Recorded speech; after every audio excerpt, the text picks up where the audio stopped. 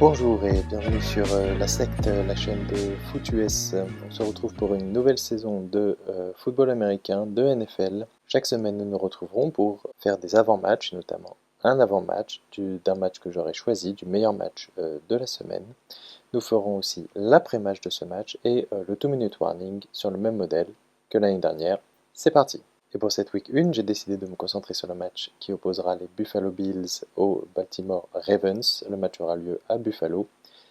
J'ai choisi ce match parce qu'il s'agit de deux des favoris pour la victoire au Super Bowl cette année, mais aussi parce qu'il s'agit de deux équipes qui ont été extrêmement performantes l'année dernière. Les Bills ont échoué en finale de conf après avoir éliminé lors du tour précédent les Baltimore Ravens. Il y a donc ici une histoire de revanche face à deux équipes qui étaient vraiment très proches au niveau des stats à chaque fois, deuxième, troisième meilleure équipe, ça se joue vraiment à rien.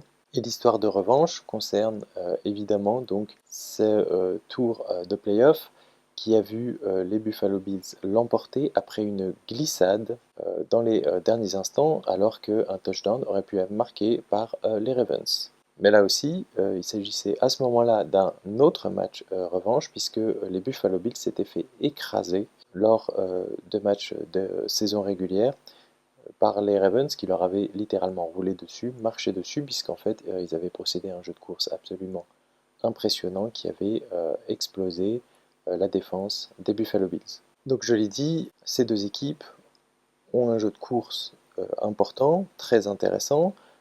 J'ai mentionné les Ravens avec évidemment Derrick Henry, leur running back, qui l'année dernière lors du match qui a opposé les Ravens aux Buffalo Bills a presque couru 200 yards et a carrément raflé la victoire à lui tout seul. Il y a aussi évidemment Lamar Jackson, le quarterback, qui est capable de courir, même s'il le fait de moins en moins, mais on va y revenir. De l'autre côté, le running back des Bills titulaire, il s'agit de Cook. Il est aussi relayé par Davis et parfois Johnson. Et à eux trois, mais surtout Cook, ils sont absolument capables de faire des ravages. Leur quarterback, Josh Allen, qui a été élu MVP au passage l'année dernière, est aussi capable de courir et de prendre le relais lorsque Cook ou le jeu de passe est empêché. Donc le jeu de course est un élément important, mais puisqu'il s'agit de deux des favoris, il y a évidemment un jeu de passe qui est aussi très intéressant. Du côté des Bills, on peut mentionner le fait que Khalil Shakir ne devrait pas être présent, alors qu'il est normalement le wide receiver numéro 1. Il y aura normalement le tight end Kincaid, qui est la deuxième cible préférée de Josh Allen. Et j'aimerais dire un petit mot de Keon Coleman, qui à mon avis, après avoir effectué sa première saison en tant que rookie, devrait avoir davantage de possibilités de se montrer. Et lorsqu'il a été cherché l'année dernière, je trouvais qu'il a été très bon, avec beaucoup de feintes et beaucoup de catch sur des passes qui n'étaient pas toujours évidentes. Du côté des Ravens, Lamar Jackson court de moins en moins, il procède à un jeu de passe qui est de plus en plus développé et qui est vraiment très intéressant, même si au niveau des receveurs, Likely ne devrait pas être là, mais il a quand même Bateman et d'autres qui peuvent absolument faire le travail.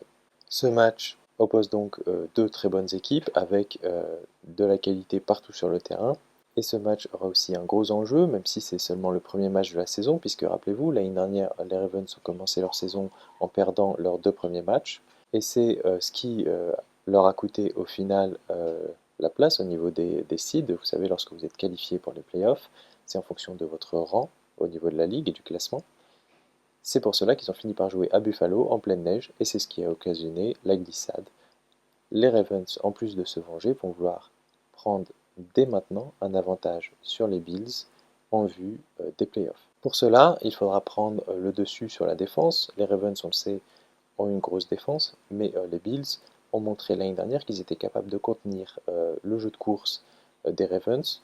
Je parle du match de playoff avec des joueurs tels que Epenesa, Rousseau, Bossa, la recrue des Chargeurs, mais aussi les linebackers Milano et Bernard. Donc à partir de là, quelle va être la clé du match? Eh bien, outre évidemment le talent des joueurs des deux côtés, je pense ici qu'il y a quelques éléments très importants à souligner. Et ces éléments, pour moi, sont surtout présents chez les Ravens.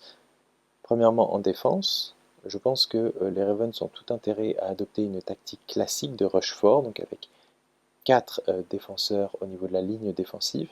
Une défense classique qui va faire en sorte qu'ils ne soient pas en blitz permanent, donc avec un pass rush quand même intéressant, mais pas forcément en jetant tous leurs joueurs sur Josh Allen, parce que Josh Allen, lorsqu'il est mis sous pression, augmente ses stats, son ratio de passes réussies. Ils ont plutôt intérêt à évidemment effectuer un pass rush et essayer de mettre un peu de pression, mais à quand même être en marquage individuel plus en profondeur sur le terrain. Le deuxième élément, c'est l'attaque des Ravens. Évidemment, leur meilleur joueur, c'est Derrick Henry. Il est capable de rouler sur tout le monde, comme il l'a prouvé l'année dernière. Mais il va surtout être question d'un jeu de passe et d'aller exploiter la faiblesse des Bills, c'est-à-dire les secondaries, donc cette défense qui est plus en profondeur sur le terrain, donc celle qui n'est pas sur la ligne de scrimmage, mais je parle ici des safeties, puisque Ben Ford ne sera pas là. Damlar Hamlin est un joueur intéressant, mais qui n'est pas toujours l'assurance tout risque, et donc il y a ici une faiblesse. Et donc je pense que si Lamar Jackson, le quarterback des Ravens, est capable de jouer plus en profondeur à ce niveau-là, ils peuvent créer des brèches dans la défense des Bills. Donc pour cela, Lamar Jackson doit courir moins et faire ce qu'il a commencé à faire l'année dernière, mais qu'on n'a pas assez mentionné, c'est un espèce de scramble planifié. C'est-à-dire que très souvent, il fait semblant qu'il va courir, il fait semblant qu'il va donner la balle à Derrick Henry aussi. Donc on va procéder à un jeu de course, puisque c'est leur atout numéro 1, évidemment. Mais c'est en fait une feinte qui lui permet de gagner du temps pour au final se reculer, faire ce qu'on appelle donc du scramble, c'est-à-dire essayer de garder la balle et d'aller se déplacer de manière latérale, afin de voir si un receveur peut être libre et ainsi effectuer une passe. Donc ces deux éléments combinés avec la faiblesse au niveau des secondaries des Bills fait, à mon sens, que même si le match aura lieu à Buffalo, les Baltimore Ravens sont favoris des bookmakers. Néanmoins, je ne me risquerai pas à parier contre les Buffalo Bills de Josh Allen, notamment pour mon prono de la semaine, puisque si vous avez suivi l'année dernière, vous savez que chaque semaine, je choisis un match, je donne mon prono, et à la fin de la saison régulière, on compte le nombre de bons pronos, et on voit si je suis qualifié pour les playoffs ou non. Eh bien, cette semaine en week 1, je choisis le match qui opposera les Tennessee Titans aux Denver Broncos et je parie sur les Broncos. Les Broncos sont en reconstruction, mais ils vont jouer face à une équipe des Titans qui est l'une des plus mauvaises équipes de la ligue et je pense clairement que les Broncos vont gagner ce match.